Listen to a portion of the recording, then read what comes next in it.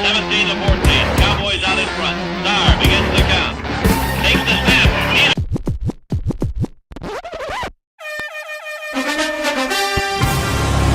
Middle risk. Pass is picked off. Vermont Williams, and he may go. They tried to bite off more yardage, and they just got burned. On 3rd down and 5, pressure. Pass is picked off, and who is it? Big B.J. Raji for the touchdown. Pump fake. Wallace picked off. Nick Collins. Nick Collins on the return inside the 10. Leaps for the touchdown. Takes the snap. He's got the quarterback sneaking. And the Green Bay Packers are going to be world champions.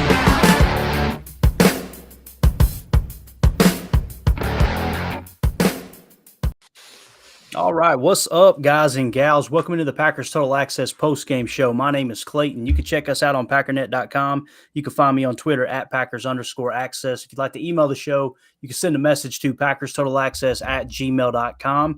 And just want to say that tonight's show is brought to you by Fertile Ground Ranch Discipleship Ministry. It was birthed out of the burden to help those in our community and congregations who've come out of a difficult past or an addictive lifestyle.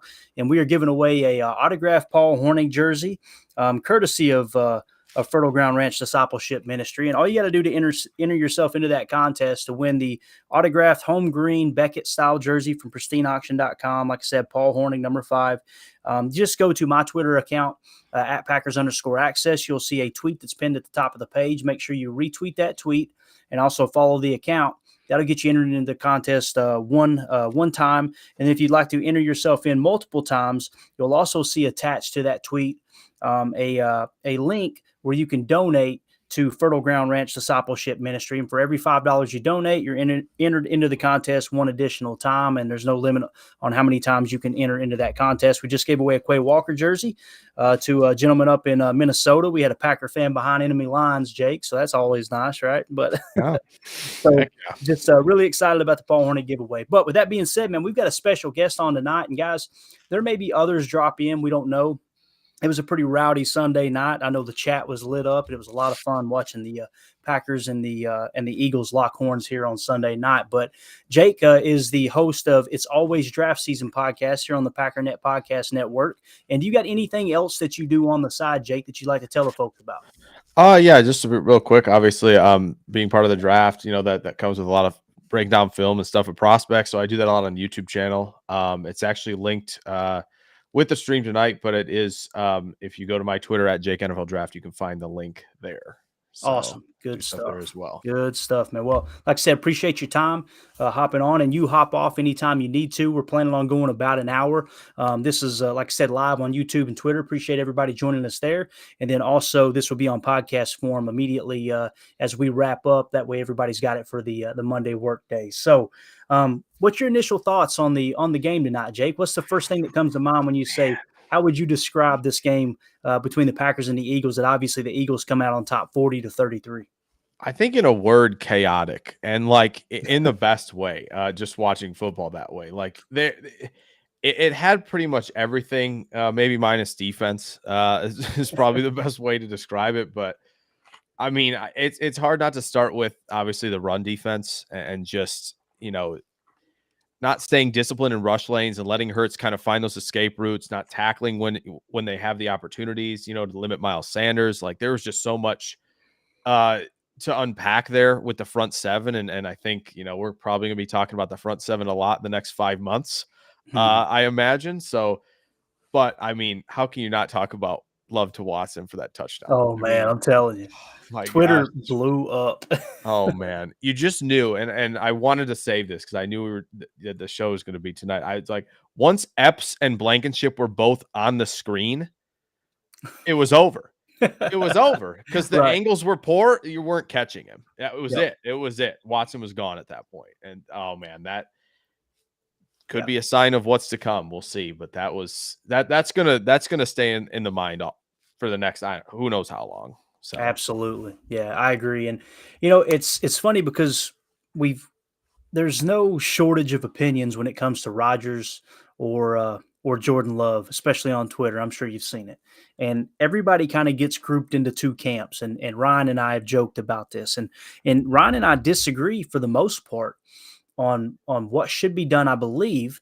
I don't think we disagree on what the issues are, but it's funny because when you go on to Twitter, it's like you can't be in the camp of both, right? It's you're either a Rodgers lover or a Rodgers hater, and there's nothing in between. And I can't help but prod the trolls on Twitter. I like to put little tweets out there to get them to come flooding in just to just to point out why they're wrong. But when you see Jordan Love, the thing that comes to mind for me is we've got a unique opportunity. If the coaching staff does indeed think he's the the next quarterback to step in for the Packers after Rodgers leaves, forget the 5th-year option and let's lock him up to a long-term deal, because the way the contracts will lay, if indeed Aaron does come back for a final year next year, then obviously you'll be able to restructure the contract in a sense to where the majority of the cap hit will hit the following year after Rodgers leaves, although there will be some layover of Rodgers's salary cap hit, but it almost, the timeline almost matches up perfect, right? So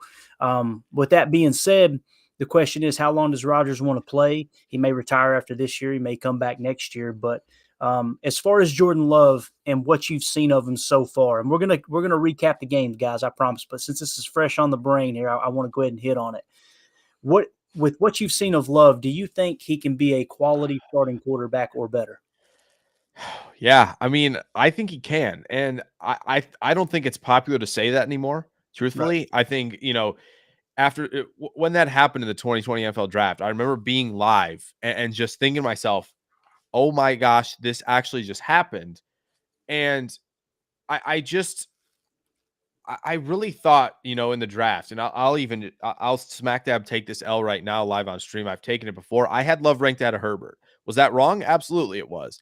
But I still think Love is still was in that like area where like, yeah, he generates velocity. The touch throws are there. All the arm talent, off script, does all of these things well. It's just like when he's in structure, you know, does the accuracy and decision making over the middle of the field, which is struggle with a lot of QBs, even Jalen Hurts, Russell Wilson, all these guys who don't like throwing over the middle. It's like, can he get better at that? And can the footwork be better? Like all these things that you can kind of just coach him up to be. And maybe this last, like, what is it, 6 weeks of the season now, 5 weeks for the Packers? It's like, can he play all those 5 weeks and kind of you build something for him to where like this is year 3 now for him, and he's just everything looked crisp tonight though, didn't it? Like Yeah, it felt did. crisp and it looked like okay, behind the scenes, even though he's not been playing very much, like things look better than the guy who threw I think 17 picks his final year at Utah State. Yeah. So I think the potential's there, but you're just definitely in like this weird awkward situation right now where you're like, I mean, thumb or not, Rodgers played okay tonight. I mean, the 2 picks weren't great, but like wasn't bad for a guy who really has like a bone break joint issue and an Right. avulsion in his thumb. Like he can still play at a high level. So you're kind of, in that stuck kind of place, which is where we thought they'd potentially be. Right. And so it's hard. I do think Rodgers does come back. I think he does have unfinished business if they shut him down, but Mhm. yeah, I'm with you. I think they got to find a way to not pick up the 5th year and maybe look to extend. I know it can be that could be straight up reaction from what we saw in very limited game action tonight, but Right. there's goods. There's definitely something there with Love, and that's why he was a first round pick in the first place. Absolutely. So And again, this goes back to and we're going to get to the comments here in the chat in just a second. It kind of goes back to what we were talking about with Twitter. It's either he hasn't shown anything, or the big talk has been the coaching staff knows what they have, and that's why they're forcing Aaron to play with the injury. That's why they're allowing Aaron to kind of flex on him. All those things.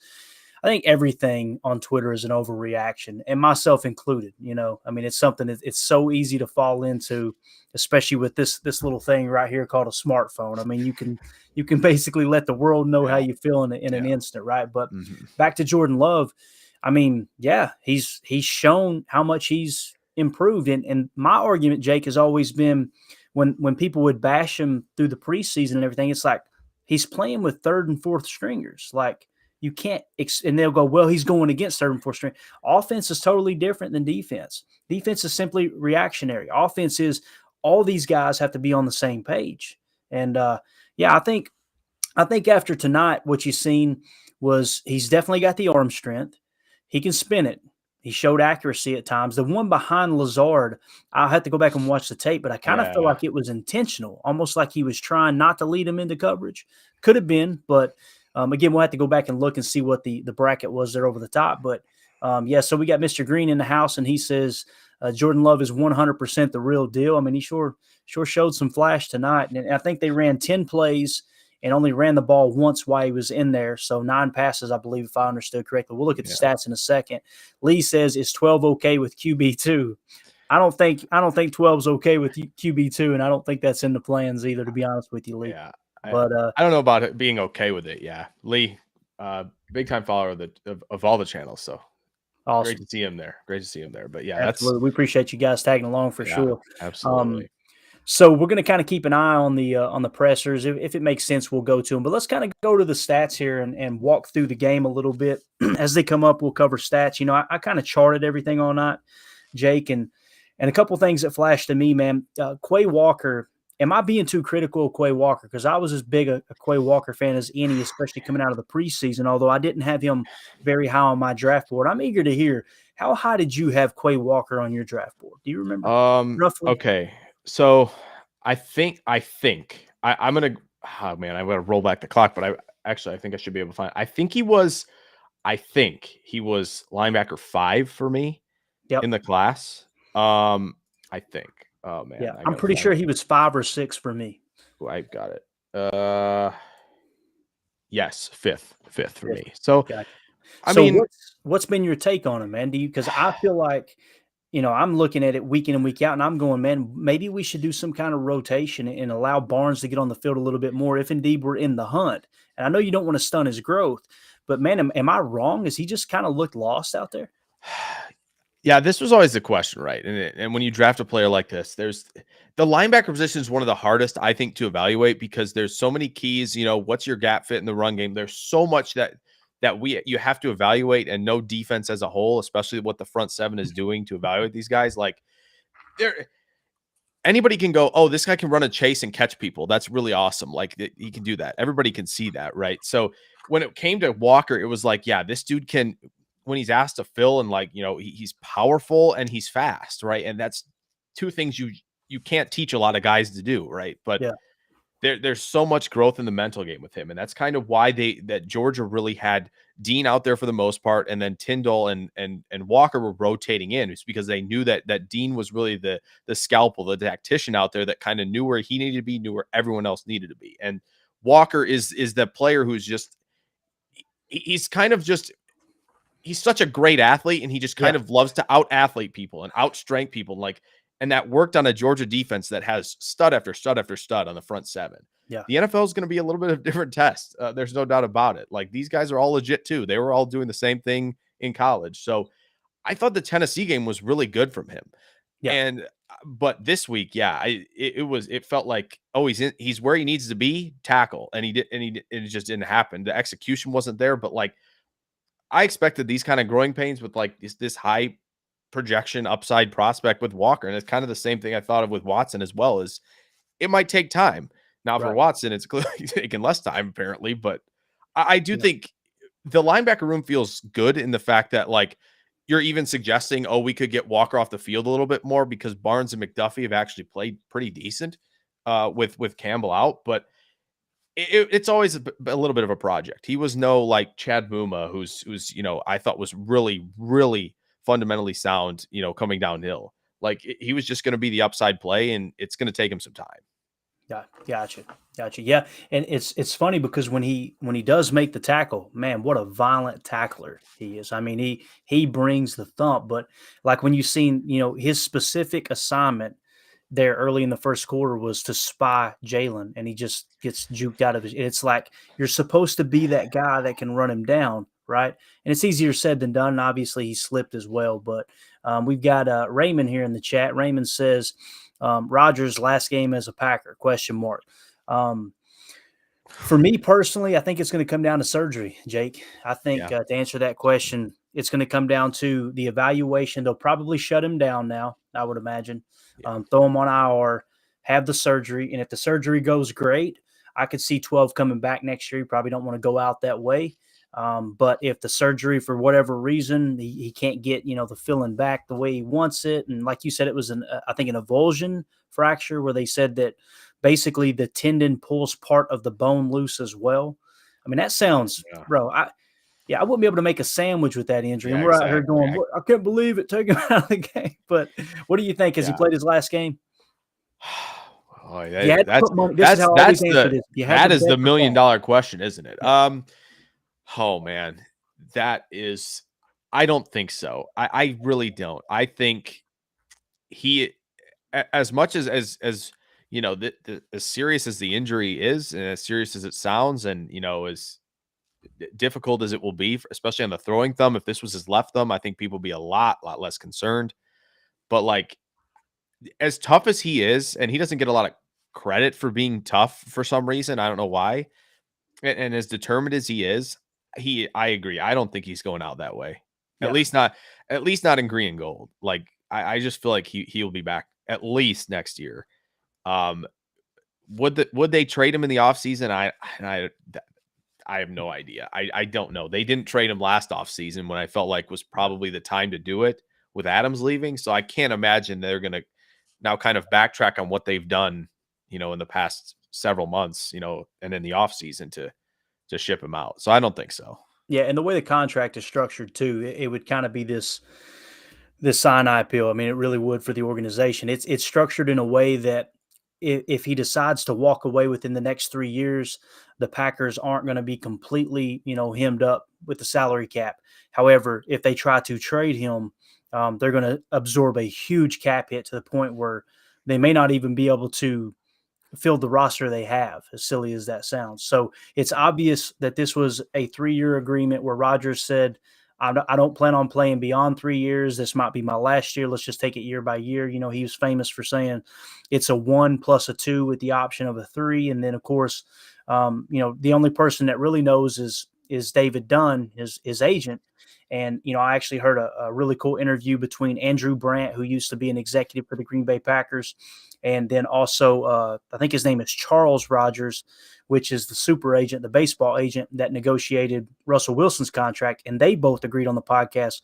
Nobody knows the details of the contract as far as retirement goes, other than Aaron Rodgers and his agent, and of course the organization. So I think it's structured in a way where this was a mutual agreement, and I think that the Packers will fulfill that mutual agreement of 3 years if Rodgers wants to stay 3 years. And I don't think he will, though. I think he either retires this year or he comes back next year. If I had to bet the farm, I would say he's coming back next year. But I would agree. Yeah, Lee in the chat here says, how about Ford and Nixon? 2 bright spots. Barry's probably scheming how to tame and nerf those two. LOL. I'll tell you this, man. I've defended Barry because I've seen on the tape from time and time again, and Coach Hahn and I broke it down, and I've seen other people break it down. And it seems like more times than not, I see players making mistakes and not the scheme being the mistake. However, man, when you see what Jalen, what Hurts did tonight, and how there was no adjustment until late in the second half, it was mind-boggling. We kept coming with the wide 9 and rushing right up field. It was obvious nobody was telling them, hey, look, keep him in the pocket. But then on top of that, when you're bringing that 4-man rush and they run that quarterback draw, I mean, essentially what you saw tonight, that quarterback draw was just as effective as the halfback draw against Dallas.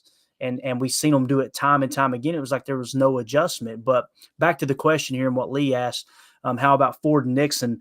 Anybody who listens to my podcast knows I'm all about extending Ford. I think Ford is a quality safety. We've only got one on the roster next year, to the best of my knowledge, that's actually seen playing time, and that is unfortunately Darnell Savage.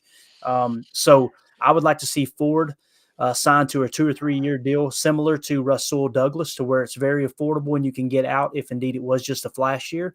And then when it comes to Nixon, I mean, you've got a quality kick and punt returner. And that's one thing that we need. Go ahead and button that up. And then you've seen him come in on defense after Savage left. And I believe when Jair went out for a play, but Nixon's just one of those guys that's a football player. But how do you feel about those two? Yeah.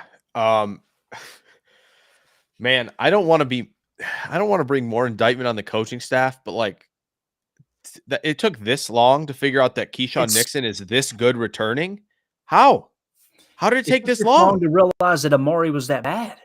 Like, That one boggles the mind. As much as like I get like Bisaccia has been like lauded as the special teams guy. They've been pretty average, most of his special teams units, but even to not eat, like think of the idea of bringing in like Nixon to return it all in October was apparently not a thing. I don't know why. That will boggle the mind for sure for a long time.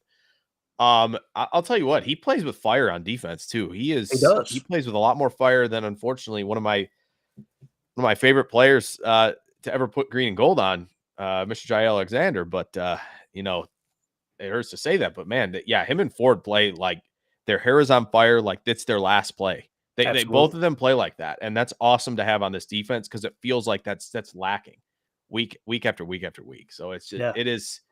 But yeah, I think you made a good point. Like defending Barry, I feel like they've been okay. Like it really has fallen a lot on the offense the first couple months. You know, the defense was playing okay, and there were still though those obviously those couple coverage busts here and there and whatnot, but like they were okay. But tonight it felt like we were watching the divisional game against Kaepernick. Oh, plus the 2019 NFC title game against the Niners as well. It felt like both of those into one. Combined. It was like just stopping both types of rushing attack. They had no answer. And it was rough to watch tonight. And it was like you get late in the fourth and you're like, you absolutely know that Philly is looking at this. And it's what Sirianni does so good. They know their opponent is now the clock.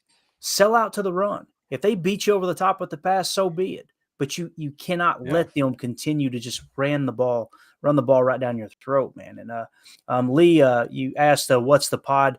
Part of the Packernet Podcast Network. My podcast is called Packers Total Access, and obviously Jake's got the It's Always Draft Season podcast on that network as well. So feel free to check it out, man. But no pressure. Yeah. Like I said, just appreciate you hanging out in here with us tonight. So yeah, when it comes to those two, I think though to go back to Lee's question there, I would like to see them lock those two up. I mean, you're getting a 2-for-1 with Nixon, someone who could play dime back for you, maybe a little nickel back in a pinch, but also be your punt and kick returner and also play special teams as gunner at times. And then Rudy Ford, I think I would like to see him at safety. I mean, he's the one who forced that fumble. I came up off the couch, man. He is by far my favorite player this year to watch because I just love those long shot stories. And what better name than Rudy, right? And especially me being a Notre Dame fan. So absolutely. But A.J. Dillon showed a little bit of life tonight. Let's kind of look at the stats here real quick. First of all, before we move on from quarterback, Aaron was 11 of 16, even with the broken thumb, and then obviously some kind of cartilage issue, it sounds like, in the rib or the torso area. But 11 of 16, 140 yards, 2 touchdowns, but had the 2 interceptions. Of course, I felt like the 2 interceptions, Jake, were mental mistakes too, man. I really didn't feel like – well, maybe the one there over the middle was kind of behind Lazard. That definitely came out as a wobbler. That might have been the thumb. But that second one, he just really got baited into that coverage. They did. They did the same thing. They were looking for that same play again that they ran, like 3 plays earlier on that drive. But, yeah, that was – went back to the well just once too often, right? But Jordan Love was 6 for 9 for 113 yards, 12.6 yards average, 1 touchdown, no picks. Obviously, quarterback rating of 146.8. And again, like I tried to point out in the chat, it was obviously 2-minute drill time. And what do you do when you're the team that's winning there, Jake? You kind of play this kind of prevent defense and you wouldn't take them what they were giving them. But like you said, man, as soon as Christian Watson caught that crosser, it was like, oh Lord, there is nobody catching that guy. Man. So it's exciting. Oh man. So let's do that. Let's again, I went back to A.J. Dillon. That's what I was trying to get at. I'm like a squirrel over here, man. I'm all over the place. A.J. Dillon, 8 carries, 64 yards. Looked like the old A.J. Dillon. That was good to see, although it looked like he got banged up there at the end and left. 8 carries, 64 yards, averaged 8 yards a pop, 1 touchdown. His long run was 20. Aaron Jones, 12 carries for 43 yards, only 3.6 a pop, his long being 10. So, as a team, 21 carries, 106 yards. You average 5 yards a carry. There was one series there. It was a little bit later in the game, and it was actually right before halftime, our last possession before halftime, Jake. And anybody who listens to my pod knows that I'm big on the middle eight and turnover differential. I feel like that's typically what decides the game. And what I mean by middle eight, for those of you listening, the last 4 minutes of the first half and the first 4 minutes of the second half really controls the outcome of the game as far as momentum.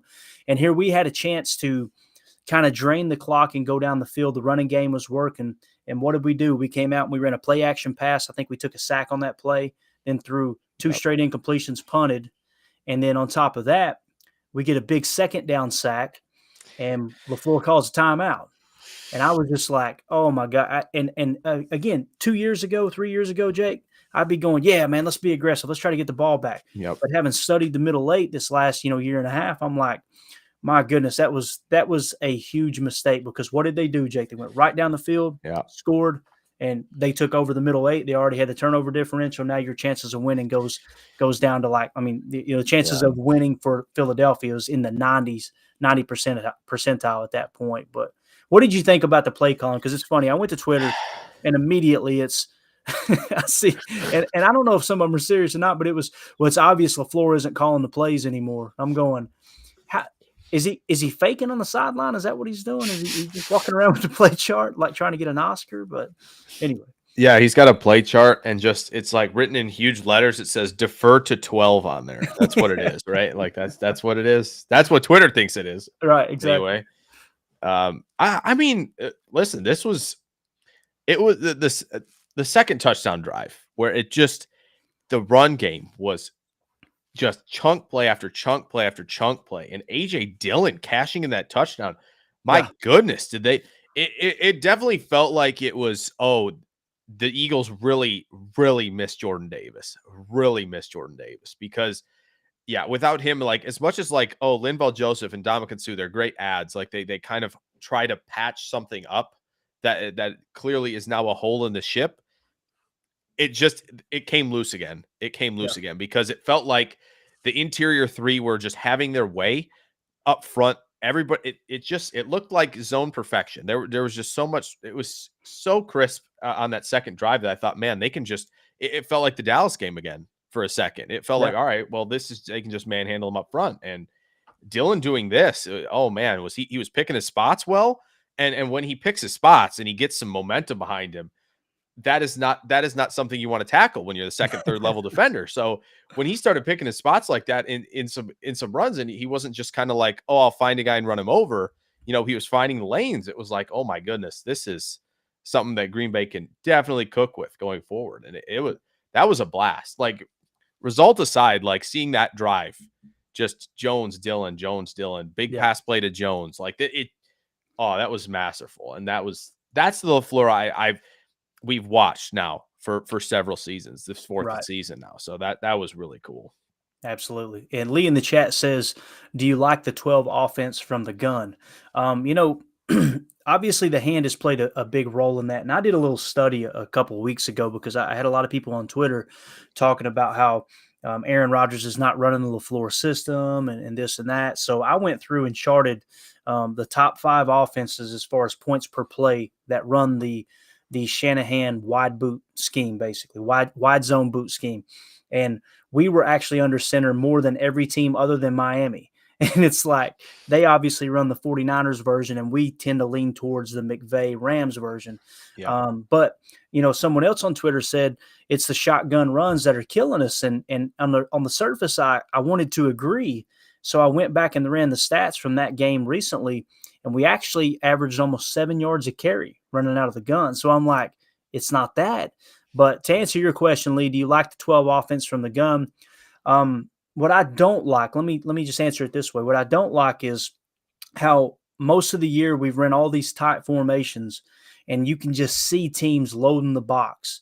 And it's like they're not being stressed horizontally pre-snap, therefore they're keying in on the run and the RPO. Now, we've gotten away from the RPO aspect, and you can kind of see things opened up a bit more, at least here recently. But what do you think about that as far as the 12 offense from the gun? I like how that's worded there, though. I haven't done a deep dive on this, but like, to me, I really like gun run. Cleveland's done a really good job with it this year, especially. And that's a team that, again, as well, like that's that kind of that tree where there and I don't think a lot of people are afraid of Brissett, but obviously he's a run threat, so that kind of might keep the defensive line back just a little bit and hesitate because he can run, especially with that end man on the line of scrimmage, right? Who's kind of freed up, but I like it. I think the gun run to me favors Jones because Jones has the burst acceleration for the exit lane, right? I think Dylan is very much favored towards under center run because everything can get blocked a little bit quicker for him. He doesn't have to make the snap decision necessarily. He has more time to look what's in front of him. So when Jones is out there, the gun run is totally good with me. But I think Dylan kind of wants to get that head start and needs to, because again, he's not as, fast in that 5 to 10 yard, area that Jones is.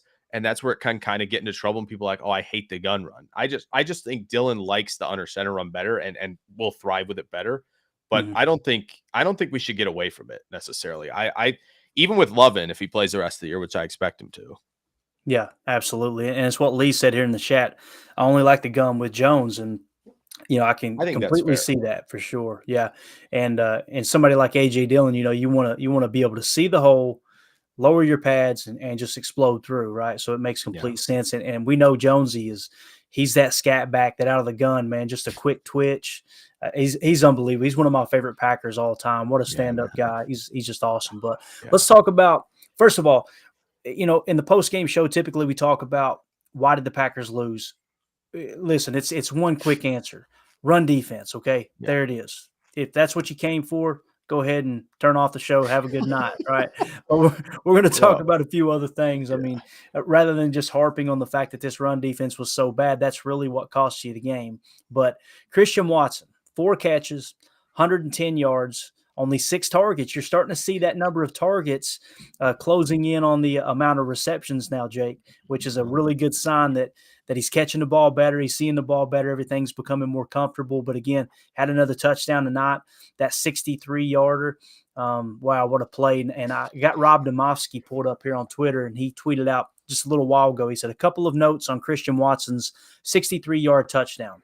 Per at Next Gen Stats, his top speed of 20.97 miles per hour, 20-mile-an-hour guy, pretty much 21 miles an hour, is the fastest max speed by a Packers ball carrier on a touchdown this season. He's the first Packers rookie with receiving touchdowns in 3 straight games since Billy Houghton in 1952. Wow. So anytime a player does something for the first time since the 50s, right, when Elvis Presley was running around shaking those hips, I mean, that might have been right before Elvis, as a matter of fact. But anyway, that's Christian Watson, I got to ask you, because we were right on the same page when it came to Quay Walker in the draft. With Christian Watson, I wish I had my draft sheet pulled up, but I want to say I had him 4th or 5th wide receiver as well. It might have been lower than that. I don't want to miss talking. I know I had several people above Christian Watson. I'm more of the Greg Cosell fan, right? Greg Cosell, watch the tape. I could care less about measurables. I want to know, what can you do in big-time games, especially in the fourth quarter? What does the tape show, right? How do you play in big-time moments? And obviously with Christian Watson going to a smaller school, you didn't see that. And that's one of the reasons why I had him quite a bit lower. Obviously the Packers had a first-round grade on him. They lucked up and were able to trade up and get him in the second round. But where did you have him graded out as far as round and talent, roughly? Oh, boy. All right. I don't mean to put you on a spot. And guys, we didn't even talk about this stuff either. All right. Let's see. How can I expose myself just a little bit more tonight? All right. Let's see where I had it here. I swear that's not the goal. I was eager myself. All right. Yes. So wide receiver 10. All right. And mine might have been closer to that. It may have. Okay. Second rounder. I think with him, and it's hard. And this is what makes the draft so interesting, because for me, I'm more grading as to what I've seen. I want to somehow incorporate the in 1 year, in 3 years type of grade. I think that'd be much more interesting, because from a pure skill set standpoint, I was like, all right, well, because the MVS comps were really real, and I was like almost there. I was like almost there with it, because I'm like, yeah, okay, he's 6'4", the measurables are the same, he's fast, and he drops the ball. Okay, fine. You can have that bit, but as smooth as an athlete as he is, that's where it all stopped. It all stopped when he has the ball in his hands. Yeah. He's and again pre-catch as well with how fluid he moves, and you saw that with the kind of what he did on one of the touchdowns against Dallas. I forget which one it was. It's the second one, I think, on the 4th and 7. And just to see how fluid he can change direction, MVS couldn't do that. And so for me, it was always like, okay, can this guy be a true one, like be a true X receiver? And I thought, you know what, even if he's not, like getting a guy like this instantly changes your offense because everybody has to account for that much speed. And if his hand technique could get better, because he's so, and if you watch, you go back and watch the Minnesota catch at the beginning, you can just see how wide he kind of gets before the ball arrives. He needs to be a lot tighter with his hands. But like as special as an athlete he is, like I get moving up. I get why they needed it, and his speed alone changes things. Like on the touchdown to Cobb, safety went with him. Safety went with Watson. They know how fast he is, and they know how he can run. So if you got a guy in the backside of the play who can beat his man one-on-one, boom, we're golden because he's going to take so much attention. So I didn't have him super high. I didn't have him first round grade, and that may come back to bite me for sure. Guess what? We're all gonna miss, but like it is. Once they drafted him, I was on board, and I understood why they did it. And I'm. It's hard not to be excited about 6 touchdowns in 3 games. Let's be honest. Like, and if he can win more contested balls like he did that first touchdown against Tennessee, oh boy, because that was another one where it was like you saw it at the Senior Bowl a little bit. You saw it on film a little bit, just not winning as much as a catch point at the moment of truth for a 6'4" guy. But like if he can do that more, oh my, just throw the evaluation out the window because it was probably way wrong. Like, no, yeah. And, the catch that he made there that Aaron Rodgers referred to as, getting the big gorilla off his back, the over-the-shoulder catch, the way he positioned his body to defend, to, kind of fend off the DB and then bend back outside. I mean, that was the moment for me where I was like, hold up. Now that's not just raw, physical ability. That's a little bit of technique there. Right. So good stuff. The deep threats. If you're a really good deep threat with really great speed who can stack, if you can adjust to the football like that on a consistent basis, oh my. Yeah. Because there are a lot of deep threats who kind of have to slow down to catch the ball. And there's a lot of that, like they just love running past people, and they're not really great adjusters. They kind of have to slow themselves even more or even stop to catch the ball. If he can just make that subtle adjustment a lot more like he did, like you said, on that touchdown, boy, they're cooking with gas in Green Bay. Oh boy. Absolutely. Absolutely. On the defensive side of the ball, obviously the run defense was brutal. I think Rudy Ford is going to come out with a fairly high PFF grade. I felt like Rudy Ford played a really good ball game. Quay Walker, led the team with 11 tackles, but I wouldn't be surprised if he has another low grade, me personally. Amos, I felt like had a really bad game. He had 9 tackles, on the stat sheet, but it just seemed like so many times he was constantly reaching for ball carriers, and he was getting beat in coverage. He got beat on that touchdown, obviously. Actually, that was Rasul that got beat on the touchdown, but Amos, it just seemed like all night he was chasing plays constantly.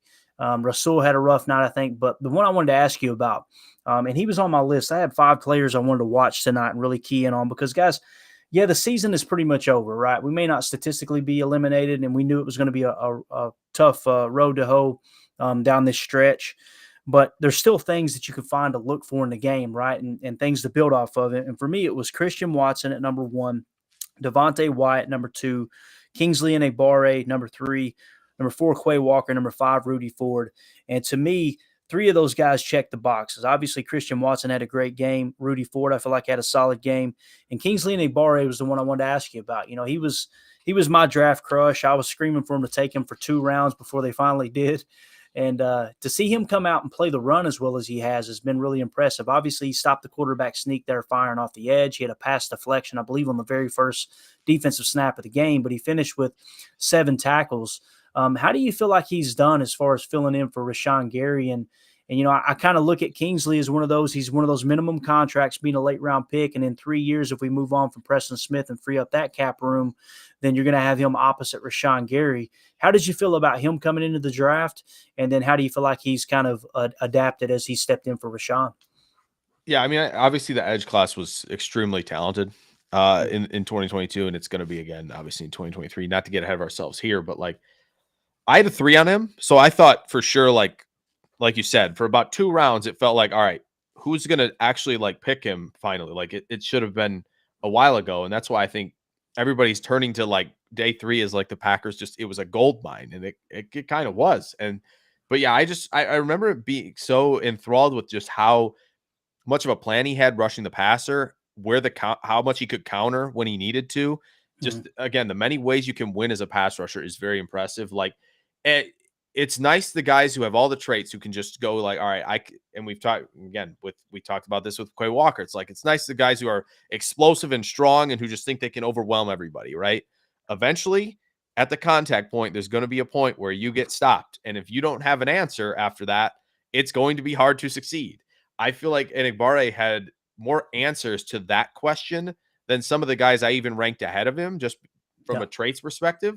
So I thought for sure, like, okay, like you said, this guy should have been kind of off the board by now, but like the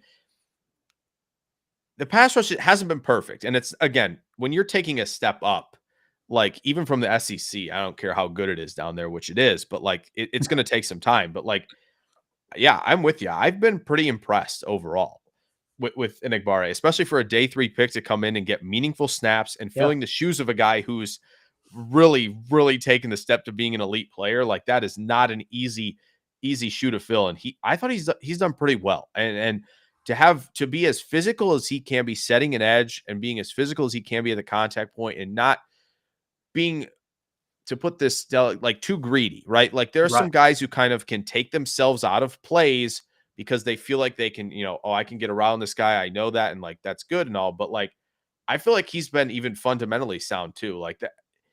It's rare to get a 5th round pick who can do some of these things. And I know like we harp on the like instant impact for a lot of guys, but like for him to do it as a day 3 pick is impressive. But for those of us who maybe had him graded a little bit higher, we're not as surprised. So he's been not a pleasant surprise because I feel like he had this in him, but like, especially on a team that's been just struggling outright defensively, especially tonight, like that, I was impressed.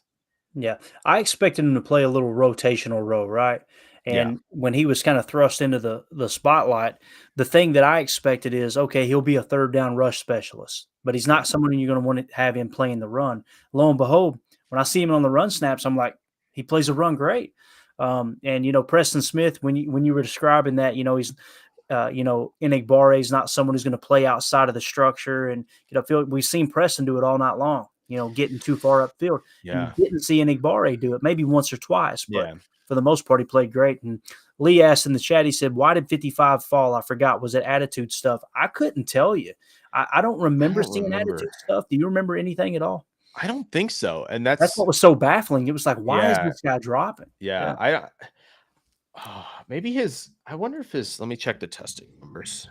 That might have been part of it, just because it's an edge rusher thing, and a lot of people love those, like, the traits and all the athleticism needs to be there, to have these true rushers, especially like 3 cone matters to a lot of people. But from what I remember, that might have been what it is. And if I can find it, you go ahead and check.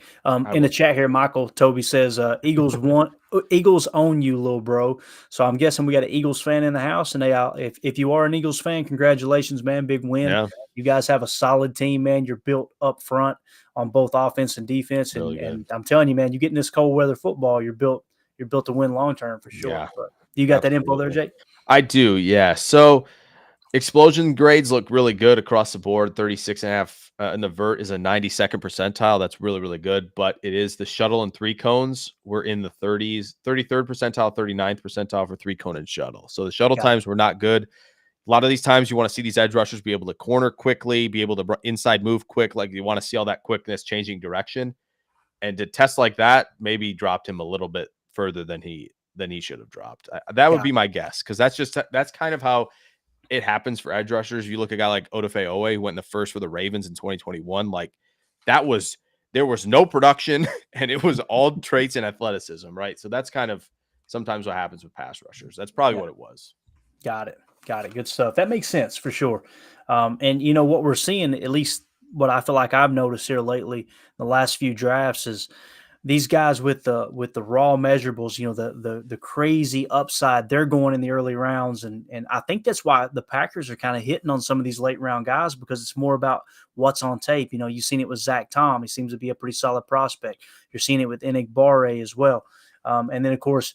Why do you go up and trade up to a borderline first round pick to get Christian Watson? Because you're seeing the same thing they've seen in Quay Walker. You're seeing that raw talent, that physical ability, right? So good stuff. I'll say this before we wrap up here. We're at the 45-minute mark, and we'll wrap up here real soon. I appreciate you joining me, Jake. It's been a lot of fun, dude. It's been great. Aaron was at the podium, and Rob Domofsky tweeted out, Aaron Rodgers clarified he has a rib injury. He said it was, quote, hard to tell on the x-ray whether he had broken ribs. Wow. End of quote. But he doesn't have a punctured lung, but was, quote, having a hard time breathing and rotating my upper body. On the plus side, he said the thumb is better than last week. God love him, man. He is beat all to what. Man. He said Rodgers didn't rule out playing Sunday versus the Bears as long as I check out okay tomorrow. He said he wants to keep playing as the playoffs are mathematically possible. There's obviously a lot of other conversations that come into play once you're eliminated. So he understands that when they are mathematically eliminated, he's probably going to go on IR, step aside, and let Jordan take the reins. And I think that's the right move. Yeah. They are mathematically in it. I mean, if they had somehow pulled off this win tonight, I'm going, wow, if they win out, they're probably going to get in. So now it gets a lot more difficult. But yeah. What do you think against the Bears next week, man? If Rodgers can go, do you send him out there if you're the GM, if you're the head coach? I mean, is that something that you say send him out, or you go ahead and put Jordan Love in? Man, you're gonna catch hate either way. I just want to say that. I know. Here's the thing. As somebody who loves the draft and wants the Packers to get a really high pick once they're eliminated, if you can go out there and own the Bears on Sunday, you absolutely do it. I don't care. If 12 wants to play and you can own them, beat them twice this year, I don't care. Go beat them again. Like, that's it. That's it. Yeah. And if you want, and even if they win, if they're somehow eliminated, perfect. That's a great way to end the season for 12 and let them, rest up for 23, is to just go beat the Bears. That sounds good. Absolutely. And, I had a conversation with JJ Leahy off the air one day just through chatting, and he was throwing out the idea, not that he completely agrees with it, but just a little banter back and forth, having a conversation about, do you tank for a better pick and this and that. Me personally, I'm the old get off my lawn guy, Jake. I'm 40 years old, man. And I'm like, Herm Edwards, you play to win the game, dude, period, right? Yeah. That's the way I see it. And like John Madden used to say, the second that every single game, no matter where you're ranked, where your draft status is, or where you're going to pick, or, there 1 year, I believe it was, God, who was it? The New York Giants and Tom Coughlin. They had an opportunity where they could sit starters, right? And because it wasn't going to help their playoff position, but he played his starters and they went out and lost. But John Madden called him and left him a voicemail. And he was in tears talking about where John Madden was in tears on the voicemail saying, I can't tell you how much it means to me that you went out there to play to win the game, because the second that the game isn't about winning, then we don't have a sport anymore, right? And I kind of see it that way. I really do. And it's why other sports, 3/4 of the way through the season, you see them begin to tank. And it's why the Miami Dolphins owner got hit with that huge fine, because that's what he was trying to do. It's just something that's really, really bad for the game, in my opinion. So I'm with you. Go out there and embarrass the Bears for sure. If they want to spoil the Vikings season too, that's fine. If they want to spoil the 1 seed. Yeah. Sure. Oh, absolutely. Go ahead. There you go. Go ahead. Go ahead. I'm all give about the Eagles it, a little bit of a boost, give them the 1 seed. But it's so good. Again, going back to the tweet that Aaron did mention, that, hey, once we're mathematically eliminated, that, the conversation changes a bit, and that would be awesome. Put them on IR. If Jordan Love comes out and plays like gangbusters and you can negotiate a deal, I mean, it's to the best of my understanding, as we get ready to wrap up here, the 5th-year option is going to cost over $20 million for Jordan Love. That's the way I understand it. So if that's the case, what if you offer him, a 2-year extension with the same amount of guaranteed, or maybe a little bit more guaranteed, $25 million, and you can always tack on a voidable year or set the foundation for a longer contract extension if he outplays that contract, and that gets you through that, kind of bridging that gap between 12 and and Jordan Love. I think that's probably the right way to go. But man, I'll tell you this, when they drafted Jordan Love, there was a lot of Packer fans upset. And I was one of them that was excited. I got really excited because I'm like, this feels like Favre to Rodgers again, right? Yeah. And it's kind of that old saying. I believe it was Bill Walsh said it. The best time to draft or sign a quarterback is when you don't need one, right? And they can sit and learn the system, and they can come along in that fashion. And when I seen that, I got excited. But also, I remember so many years, Jake, that if Aaron goes down with injury, it's the season's over. The backup comes in and it's going to be garbage quarterback play.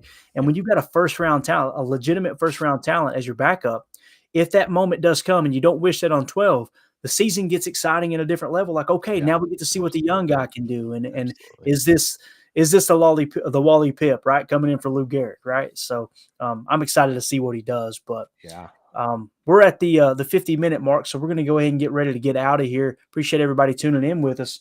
And we just wanted to kind of cover the game again. Quick recap of the game. They ran the ball down our freaking throat. And Christian Watson scored another touchdown with another 100-yard game. But, Jake, as we sign off, man, before we do, any parting thoughts, anything you want to plug, or just anything on the game, anything in general? You got the floor, man. I'm very excited, even as the Packers potentially are eliminated very soon from playoff contention, because you're going to see – again, we get to focus on all of these young guys. And I know the defense hasn't been playing the best. I get it. But like, to see more reps for Walker, Wyatt, and Igbare, maybe they can find a way to get Zach Tom in there a little bit more as well. Like, there's a lot of young talent here, especially from this past draft class. That's going to be very exciting to watch. And man, buy your number 9 jerseys while they're hot right now. That's the last parting thought right there. Buy the number 9 jersey. Exactly. It's funny. I got one sitting over here right now, and haven't framed it yet. Got the Quay Walker jersey as well. I went in on those guys, and we got a few to give away. And so I'm with you, man. I think he's shown everything you needed to see. As of last week, I had him in that category of it's still too early to tell, because there were some mistakes, right? And he made the huge flash plays, right? But in my opinion, you're looking for consistency. You're looking for that Devontae Adams consistency, someone you can count on week in and week out. Tonight, I'm pretty sure he went over into the hit column for me. It was a hit. So I'm excited. Hard not to. Absolutely. Good stuff. Well, again, appreciate everybody hopping in the chat and hanging out with us. You guys are awesome.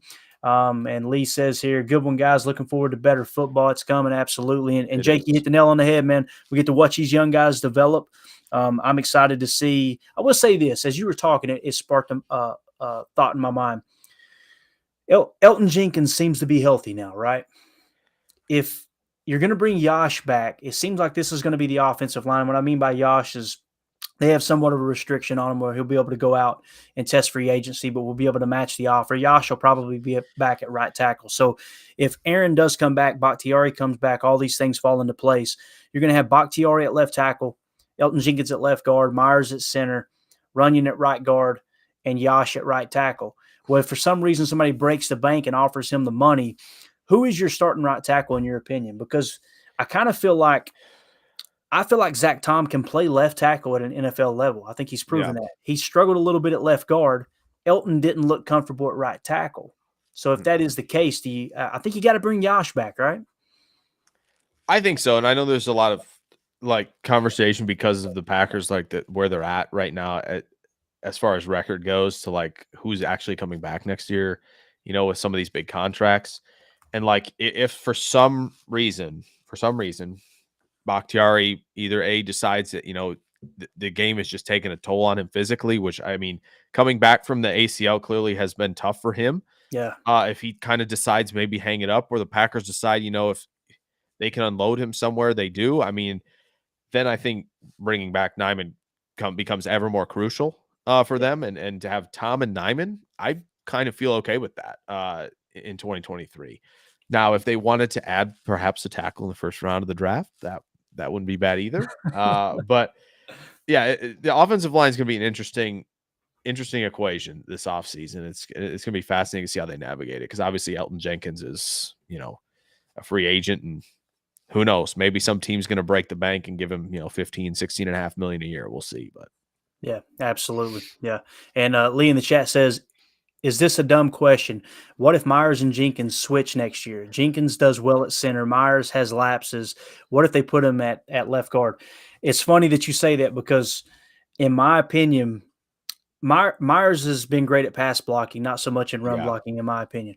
So, with that being said, Elton going back to his original drafted position.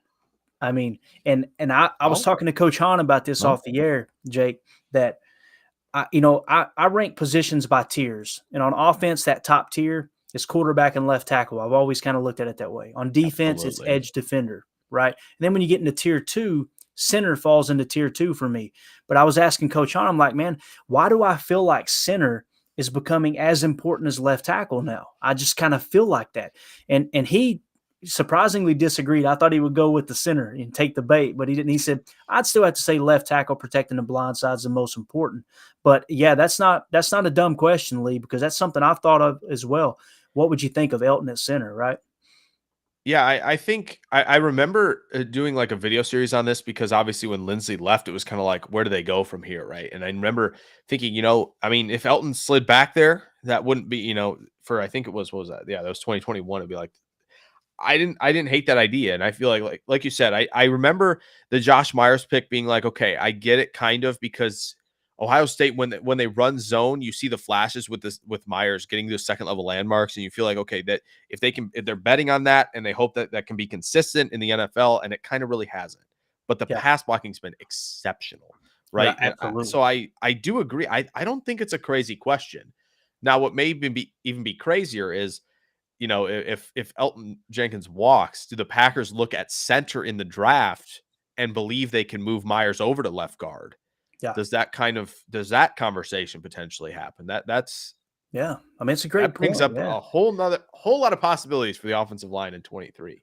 And that's what's so exciting. Yeah. Even with the down year, guys, that's what's so exciting about it. So, all right, man, we're going to get out of here. Jake, again, man, I really appreciate your time, dude. It means a lot. Thanks, everybody in the chat, everybody on Twitter, YouTube for tuning in. And for those of you listening to the postgame show on Monday morning, hopefully you guys have an awesome Monday. I know it's not a victory Monday, but I think we would all agree we come away from this game going, you know what?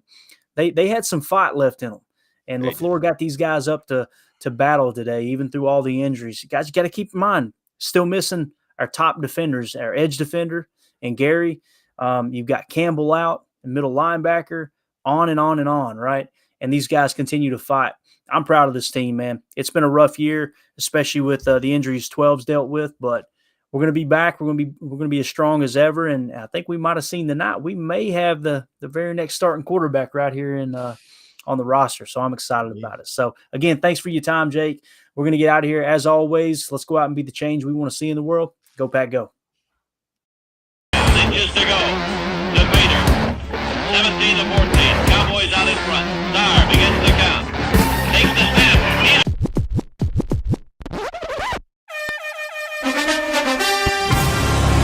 Bit of a risk. Pass is picked off. Vermont Williams, and he may go. They tried to bite off more yardage, and they just got burned.